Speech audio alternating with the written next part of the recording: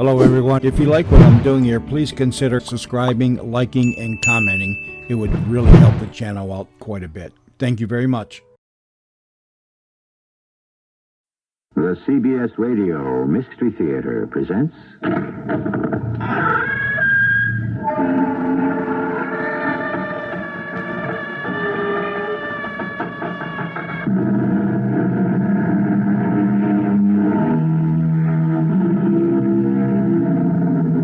Come in. Welcome. I'm E.G. Marshall. It rains, we are told, on the just and the unjust alike. And while this is undeniably true, how does it happen that some people always seem to weather the storm? How do you account for the fact that some people always manage to have an umbrella? Indeed, how can you explain why some people can be caught in a cloudburst and never even get wet? How did it happen? The gun, it just went off. Did it really, Paul? The police are satisfied. In whose hand was the gun? Who was holding it? Who was pointing it? Who pulled the trigger? Did you kill him, Paul? Tell me. Yes, I killed him. But you knew I would kill him one day. For you.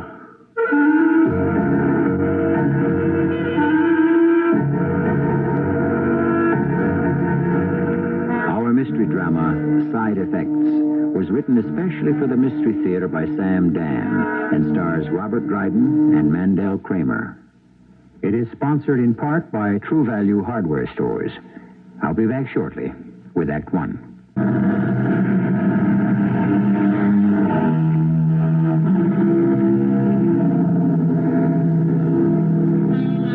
Our grandparents were delighted by the writings of a man named Peter Finley Dunn, who called himself Mr. Dooley. Mr. Dooley was quite a phrasemaker. He had one for every occasion.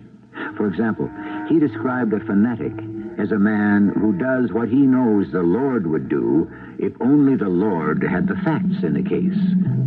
Of course, the remark that is germane to our story about justice. Yes, Mr. Dooley said, justice is blind, and she's also deaf and dumb and has a wooden leg. Sometimes justice does seem that way. Hello? Hello, Rita. Oh, Mr. Rutledge. Is Melvin home? Would you believe it? He went to the lab. I'm going to take away that fellow's key. It's Sunday. What do you want to go to the lab for? Something was bothering him as usual. He's due up here at the lodge. I know. He's going to kill my whole morning. Do something for me, Rita. Oh, sure. Anything. You know that. Darling, tell him to come right out to the blind instead of to the lodge. I'm not going to waste all that shooting time. Okay. Why don't you come up, too? Oh, killing poor innocent ducks is hardly my idea of sport. No, I'll give Melvin your message. Provided he shows up.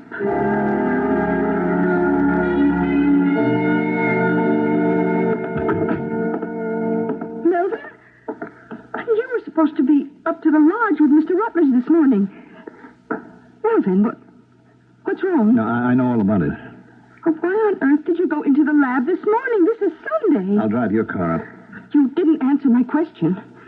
Why did you have to go into the lab this morning? Scott called me. Scott? Mm-hmm. What does he have to do with it? He had to show me something. This morning? Yes, it bothered him, and he didn't know what to make of it. It couldn't wait till tomorrow? As it turned out, no.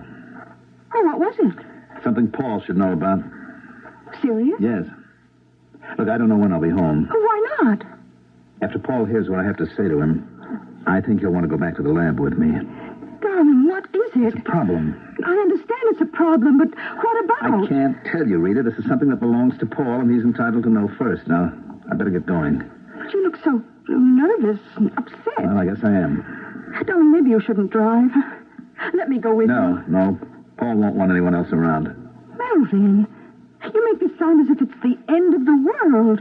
For some people, it might very well be. Now, promise me you'll drive carefully. I always drive carefully. Not when you're this nervous.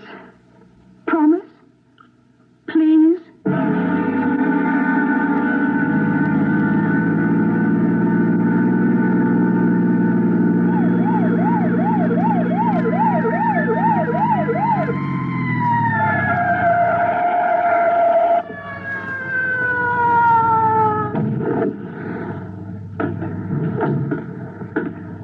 May I see your license, please? Oh. Oh, it's you, Mr. Alvin. What are you trying to do? Kill yourself? I might as well. I'm as good as dead now. What? What'd you say, Mr. Alvin? Oh, nothing. You know how fast you were going? I had you clocked back there at 87. Oh? And the car isn't built to take that, especially your tires. Yeah, I should have known better, Sheriff. The pressure coefficients would certainly have given out. What am I going to do with you, Mr. Alvin? I suppose you'll have to write me a ticket. I don't write tickets. Actually, I don't have jurisdiction on the interstate. You know, you shouldn't be driving. No, I'm all right now. Yeah? Yeah, it was just a temporary... Temporary what? Oh, whatever it was. It's all over now. I don't think you're feeling No, well. I'm fine. I'm just fine. As a matter of fact, I'm not going to let you drive. Look, I have an appointment at the lodge with Mr. Rutledge. He's expecting me. Now, I'm only trying to save your life. I'm late. Very late. I'm supposed to meet Mr. Rutledge and do some duck shooting. You? In the state you're in, you're going to do some shooting? Look, Sheriff, all I did was break the speed law. Now, the penalty for that's a fine. Tell me what I have to do to pay it, and I'll be on my way. Give me your car keys. Now, wait a minute. I'll send someone back to pick up your car. I'll drive you to the lodge myself.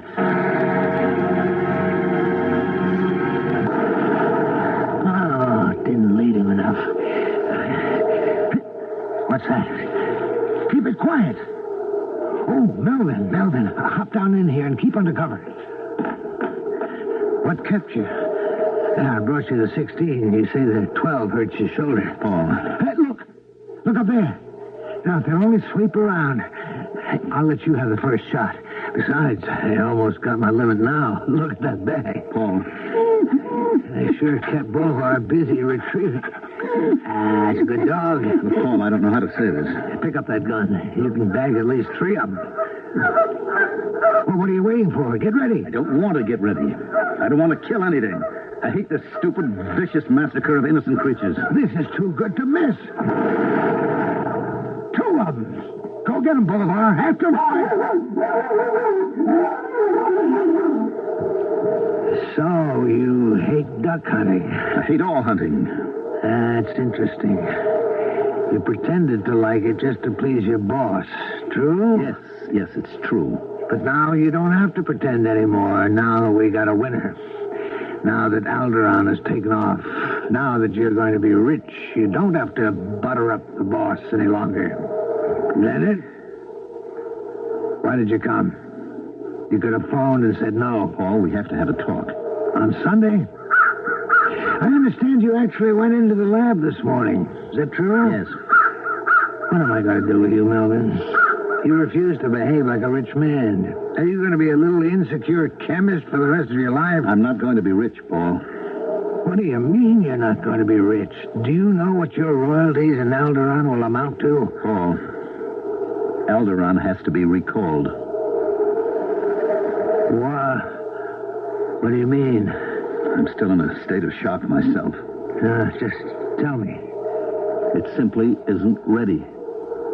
What do you mean it isn't ready? Some of it, not all of it. But here and there, a batch of it breaks down into... It's a complex chemical. All right, come to the point. It's basically a fatty acid that can be fatal. All right. Let's not panic. What you're telling me is that we have a batch that for some reason was improperly formulated. No, that's not what I'm telling you. I'm saying that we can get a batch, a run, whatever, 5 to 10% reacts in a completely unexpected fashion. And it can produce deadly results.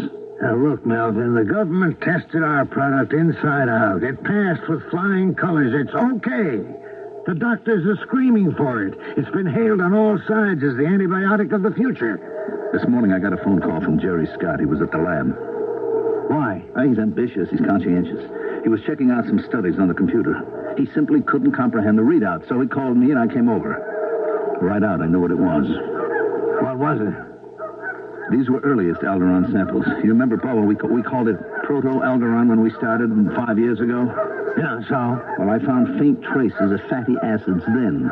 But that doesn't have to mean that we're going The to... samples we submitted to the government were later ones. But that was a different Alderaan. No. It was the same. We just sent the newer samples, that's all. And they passed. But now those same acids are showing up. What's the percentage? I told you, between 5 and 10. And what are you suggesting? Take it off the market and bring it back into the lab until it's foolproof. Who knows about this? I do and you do. What about Scott? Well, he knows that he's getting confusing data on the computer, but he may not be aware of what it means. Not yet. You told no one else about it? No? Not even Rita? No, not even Rita. Paul, we're going to have to take it off the market. We can't take it off the market. I just told you. No, let me tell you. I went for broke on Alderaan. I sunk a fortune into it. It's what I needed to save Rutledge Drug, which has been in my family for 150 years. Paul, Alderaan is not... Now, you better listen. The orders are coming in. They're pouring in. Rutledge Drug is going to make millions, and so are you. I don't think you understand. I'm still talking. I was very good to you, Melvin. I appreciate that. You were knocking your brains out as a teacher. I took you on. I paid you real money. I know what you did for me. Do you? Do you also know that I saved your marriage? She's full of life, that Rita. She likes fun, parties, travel. She was in a rut as a schoolteacher's wife, ready to walk out. No, wasn't she? Suddenly, you tripled your salary. You started to get around. You became an exciting, important guy. So, you owe me something. Paul, what are you suggesting? We're in the clear.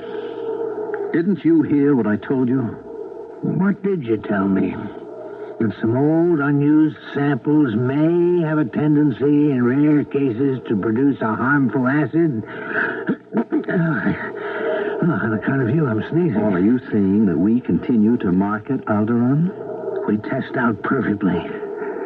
Suppose Scott hadn't been fooling around in the lab today. This would never have come to your attention. But it did. But suppose it didn't. We go on. Maybe a year from now it would come out that a minute percentage of Alderaan can be harmful. Fatal. We're in the clear, legally. Ethically? Ethics? Where would you find a more ethical guy than me? Work for any of the other companies. Any discovery, new product made by any employee belongs to the employer. They all have those conditions, don't they? Yes, Paul, but that... What do they give you when you discover something for them? A hearty handshake.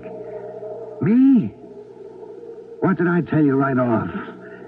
You come up with something, you get a piece. And I've lived up to my bargain. And I appreciate that, but How much time do we have? who knows? 6 months? A year, maybe more, maybe less. Give me 6 months. What? By that time, I'm on my feet again, financially. Then we'll pull it off the market ourselves. I'm sorry, Paul. I can't go along with that. We have to withdraw Alderaan tomorrow. You really mean that, don't you? Look, at any time, anywhere, any batch of Alderaan may go bad, may become fatal. It has to be done. You do really mean that, don't you? I'm sorry, Paul. I'm sorry for both of us. Your mind's made up. There's nothing I can say to you. Paul, it all comes down to this. A man does what he has to do. Mm-hmm. That's right. You do what you have to do. You have no choice. Yes, Melvin. You just said it. Hey, Paul. Paul, what are you... Paul, don't. You just said it. I have no choice.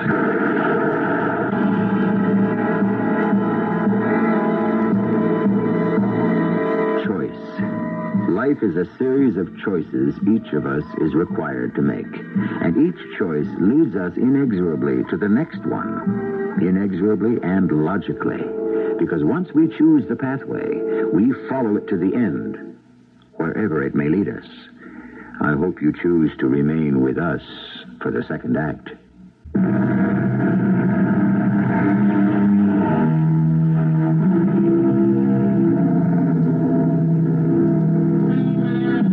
Paul Rutledge and Melvin Arvin agreed to meet Sunday morning for some duck hunting. Did either of them dream that it would end with Mel dead from a shotgun blast fired deliberately by Paul? Paul and Mel were the closest of friends. When they met that morning, neither of them harbored anything but the warmest feelings for each other. What is it? What do we carry around inside us? What unknown and terrifying thing that can make the calmest and meekest among us the most violent and vicious of killers? Well, now tell me what happened, Mr. Rutledge. Well, Sheriff, I'm not sure I know. I had the 12. Mel wasn't having any luck with the 16 gauge, so he said to me, "Paul, let me borrow yours for a minute." I handed him the 12.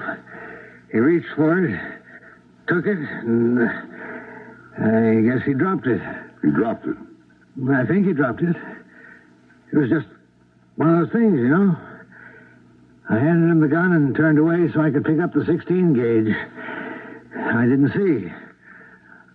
The next thing I heard, the 12 gauge went off, and he was dead. An accident. An accident. Terrible accident. That's my fault.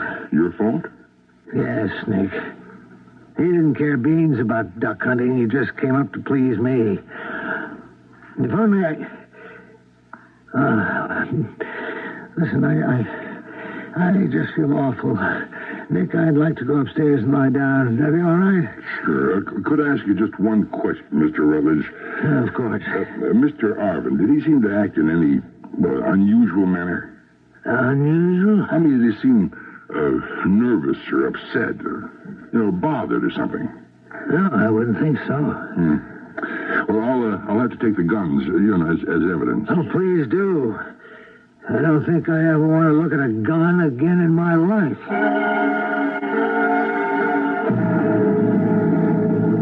Well, what's the story, Doc? Well, it's obvious he caught a charge from a 12 gauge. Which went off accidentally. I guess so. Well, at least that's how Paul Rutledge tells it.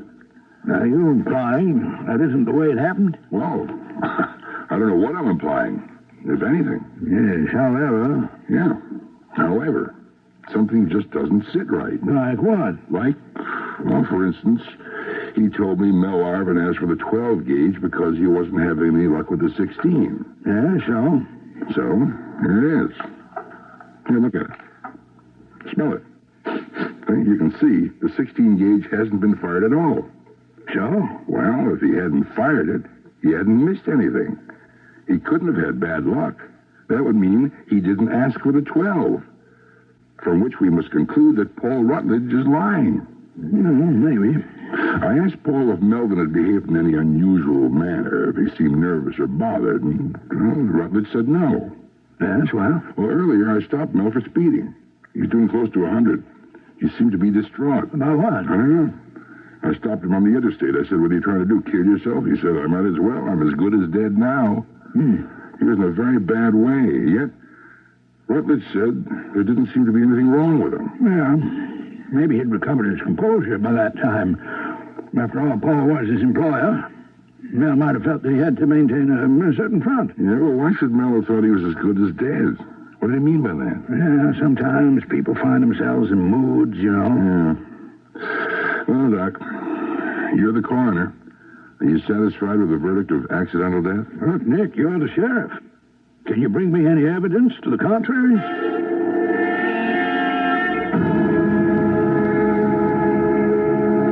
I don't know. Mrs. Arvin, I appreciate how difficult a time this is for you, but, well, when I saw your husband, he was in a very agitated state. Yes, I know. I shouldn't have let him drive up there. Can you tell me why he was so upset? Yes, he said there was a problem. What kind of a problem? At the lab. A problem that could involve Paul Rutledge? Oh, yes, very much. Well, do you know the nature of the problem? No, but he sounded so serious. You would have thought it was the end of the world. As it turned out, I guess it was. Well, why would your husband feel that his life was over? What do you mean by that? He said to me, "I'm as good as dead." I don't understand. Everything was going so beautifully. We were going to make so much money. And then, this morning, suddenly, something awful must have happened. Well, what? Well, he came back from the lab, and all the color was drained from his face. He was walking, talking like a man in a dream, a nightmare. Something had gone wrong at the lab, huh? Yes. terribly wrong. He went to the lab this morning, a Sunday morning. Yet he had a date to hunt with Paul Rutledge. And what made him go to the lab? Well, there was a call from Jerry Scott, his assistant. Uh-huh. Well, how was your husband before he left the house? Oh, he was fine. Good spirits? Yes, he was a happy man. And then when he came back, I don't know what it was, but it must have been something absolutely dreadful. Your name is Jerry Scott? That's right, Sheriff. And you were in the lab this morning, huh? Sunday. Why? Well, you want to get ahead in this world, that's how you score points. And did you score any points this morning? I'm not sure. I understand you phoned Mel Arvin at home. Yes? Why? I was checking some records on the computer, and I couldn't believe the printout. Well, I don't know anything about it, and you could never explain it, so I could understand it. But in a general way, what do you mean? Well, Sheriff, every step in a long series of processes, they ramify into hundreds Well, of thousands. easy, just go easy, yeah? Well, they furnish a series of answers which have to check out. Well, I wasn't getting logical answers. Something was wrong With what? with one of our procedures. Is it wrong enough to produce such agitation in Mel Arvin? Yes? Well, what did the computer refer to? Well, I don't know. You don't know. Or you're not telling. Well, there's very tight security around here. Well, if you had a guess. Off the record, Mm-hmm. it had to do with big number one, What's that? Alderon. Alderon? Yeah, the best, the most effective, the greatest all-around antibiotic ever made. We just got to go ahead and we're swamped. We can't turn out enough of it. Well, then was Mel Arvin depressed because it developed there was something wrong with Alderon? How could there be anything wrong with Alderon? Well, why was he so down? He was really set back, wasn't he? Oh, yes. Why? I don't have the faintest idea. Well, Nick, where have you been? I've been following a line of inquiry. That sounds pretty good. What's it mean? Well, it means we can't be altogether certain that Mel Arvin's death was an accident. Well, if it wasn't an accident, what was it? Murder. Murder? Are you saying Paul Rutledge shot him? Yep, I am. Why? What motive? Well, I think Mel Arvin brought Paul Rutledge some very devastating news from the lab. About what? Well, this great new miracle drug they came up with, Alderon. There's been nothing but good news concerning Alderon. It's been tested, tried, investigated. It's fantastic. I use it in all my patients. Not an infection so far to stand up to it. Well, I'm just giving you the facts. What fact? Well, evidently, Mel Arvin's discovered something about Alderon. Well, you can't tell me what? Doc, Paul Rutledge killed him. But you can't tell me why. Well, Rita Arvin and Jerry Scott say that Mel was like a man at the end of his rope. I know Paul Rutledge was lying. Well, but you have to come up with a motive. Look, you're the coroner. You're running the inquest.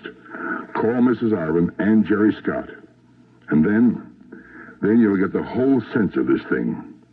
You'll know that Paul Rutledge killed Mel Arvin.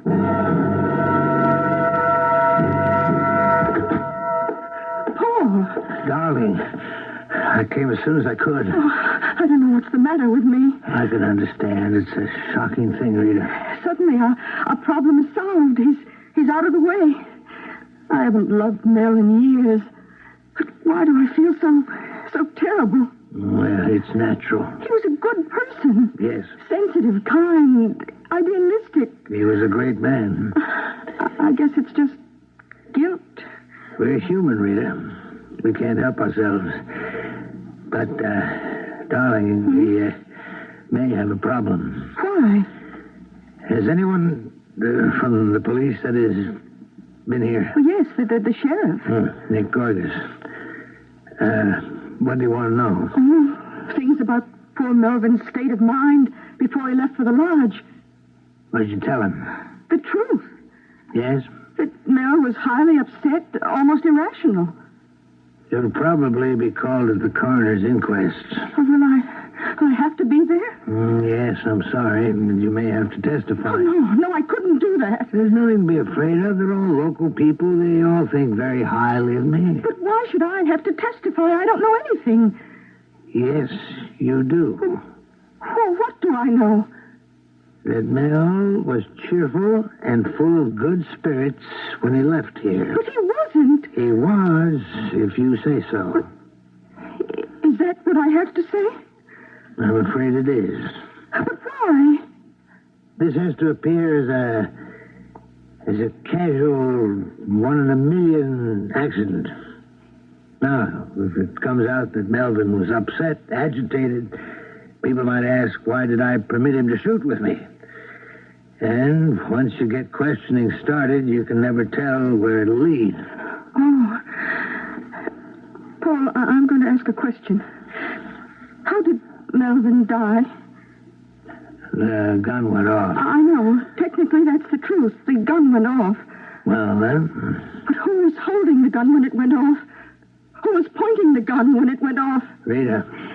You killed him, didn't you? Yes. I killed him. Oh. But you knew I would kill him one day, didn't you? That I would kill him for you? Yes, but what made you do it now? Was it because of the Alderon? What? I thought you didn't know about the Alderon. What else could make him run out of here like a madman? All right, I'll tell you the truth. I couldn't kill him just for you, and I couldn't kill him just for the Alderon.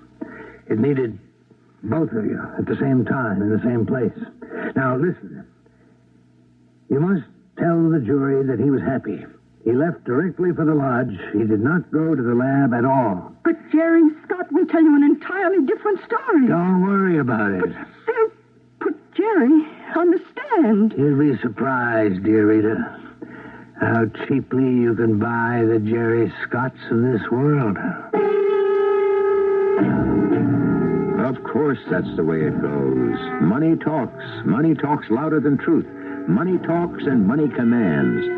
With money, you may rewrite the past, design the present, and shape the future.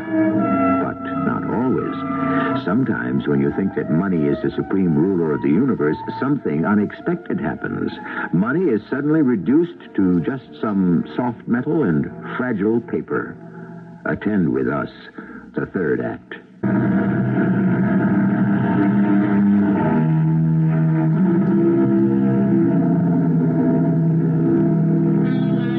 Does life mimic art, or does art imitate life? Or does it matter? In stories, things can be suitably arranged for an author's convenience and a reader's desire. Poets, dramatists, novelists make things happen. They decide who lives, who dies, who shall be rich, who shall be poor, who wins the fair lady, and who loses her.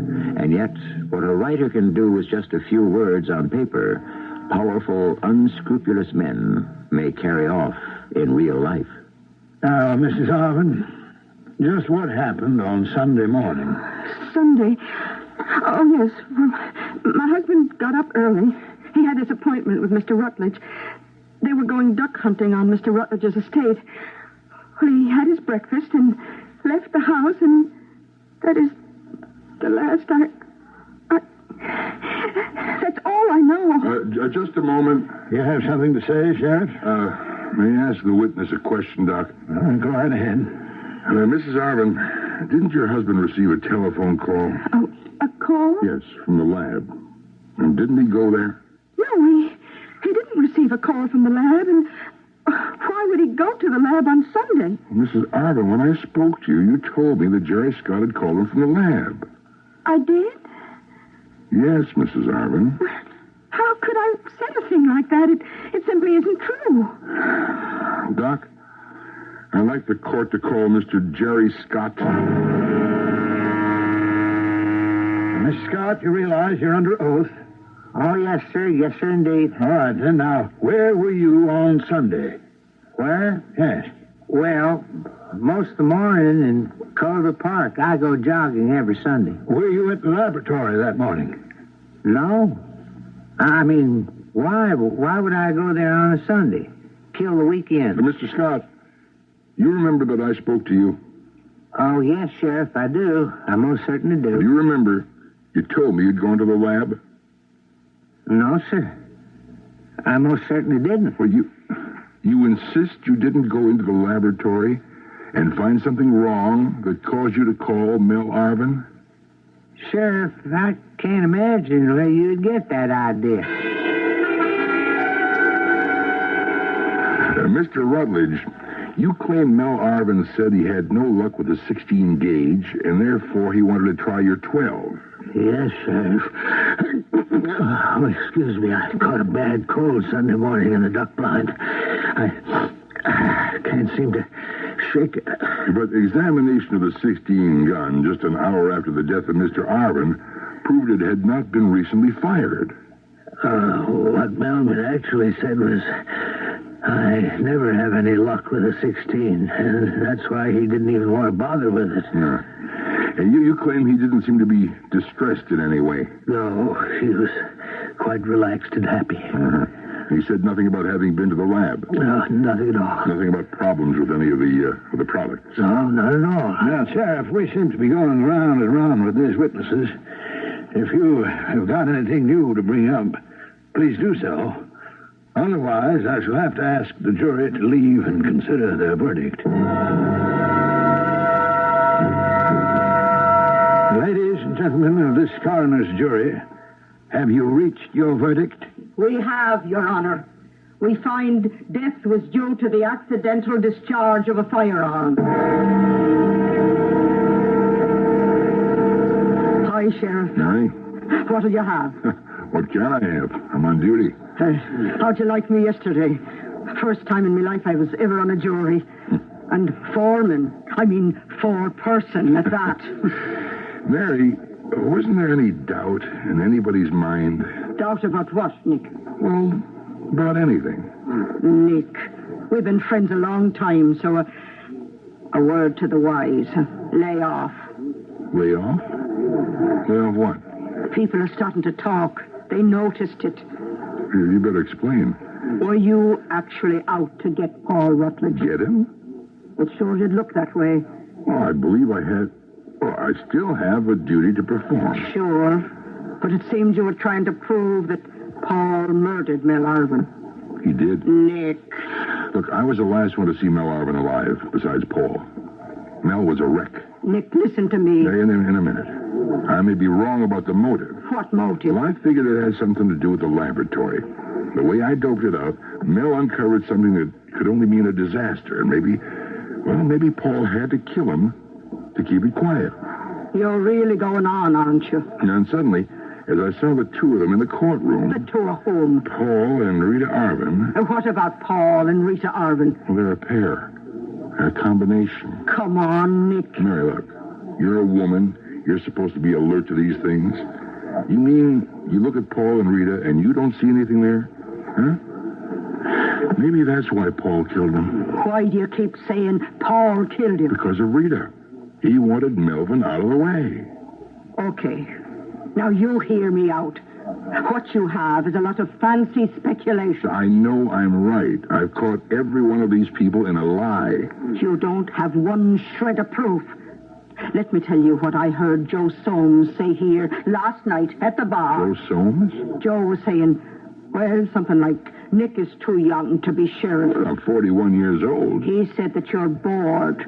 There's no action here. So when something like this happens, you try to squeeze all the juice out of it you possibly can, even if there isn't any to begin with. Why is it so clear to me and to nobody else? Because nobody wants to believe Paul Rutledge could do anything wrong.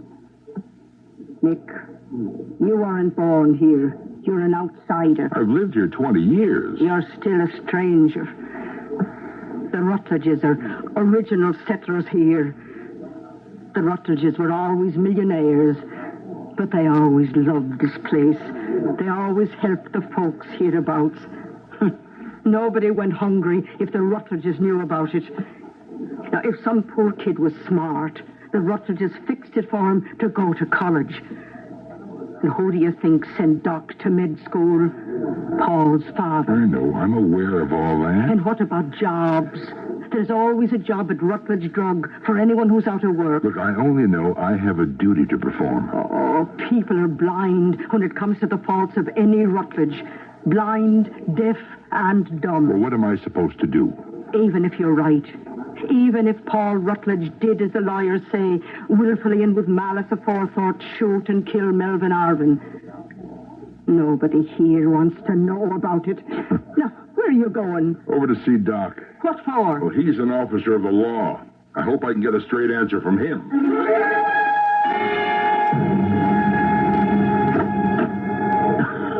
Oh, it's you, Sheriff. May I come in?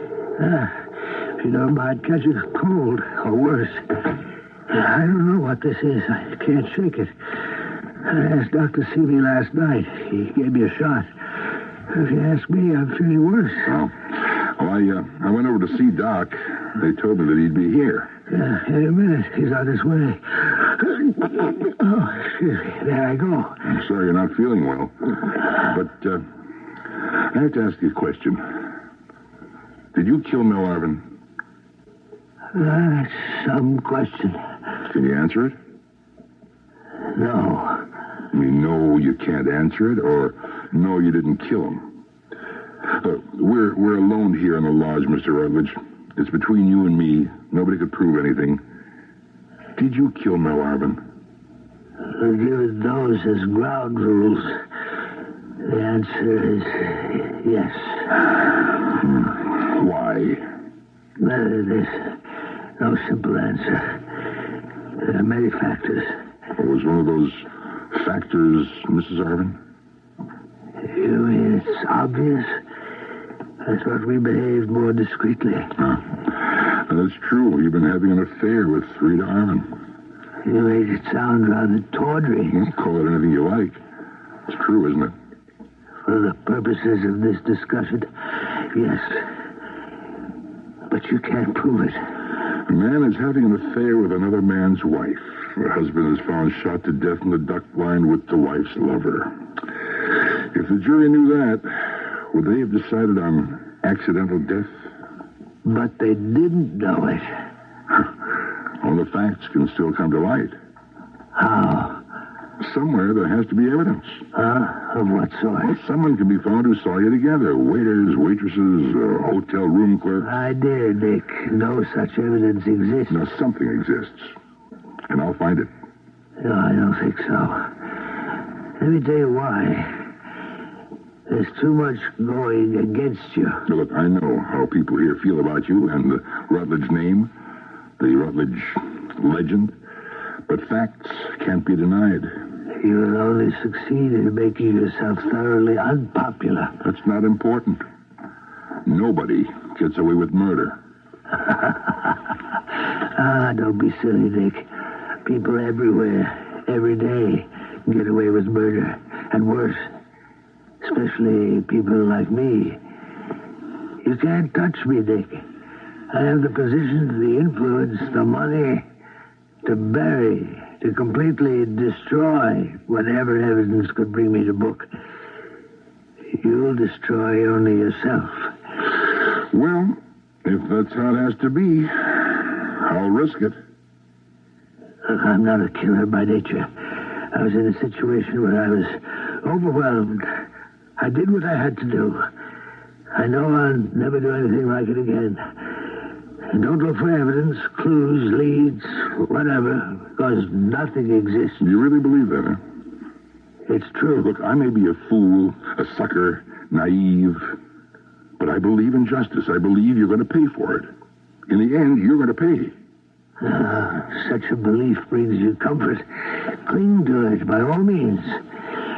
Now, you must excuse me. I'm not well. I would like to get some rest. I'm sure you can let yourself out. Goodbye, Nick. Goodbye, Mr. Rutledge. For now.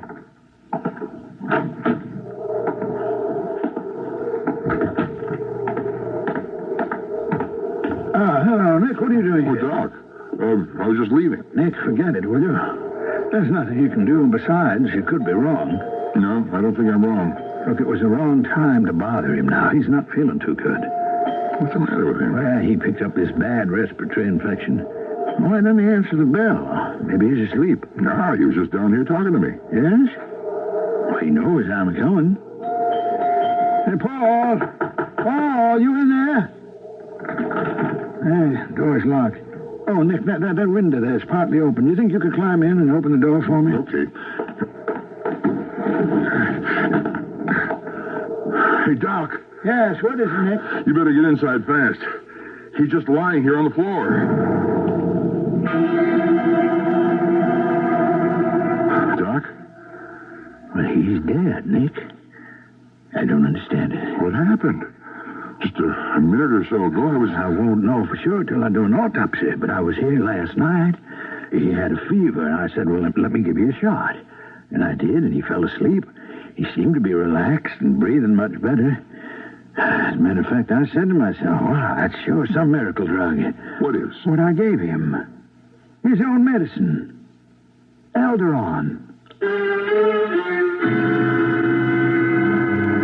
A taste of his own medicine.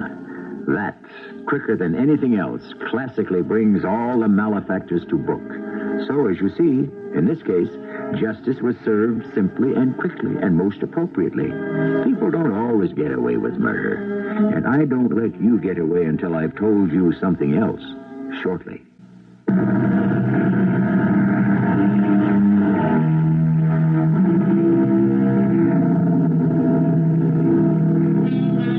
The name of our story is Side Effects.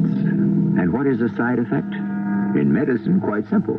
You get a drug that has a beneficial and healing property, but after a while, you discover it also creates problems. As it is in medicine, so it is in every human relationship. Whatever you do, no matter how noble your intention, there's a side effect, a penalty. You build a road, it enables people to move freely, to live better, but it pollutes the air. Look, you can't have everything. Our cast included Mandel Kramer, Robert Dryden, Joe Silver, and Bryna Raeburn. The entire production was under the direction of Hyman Brown.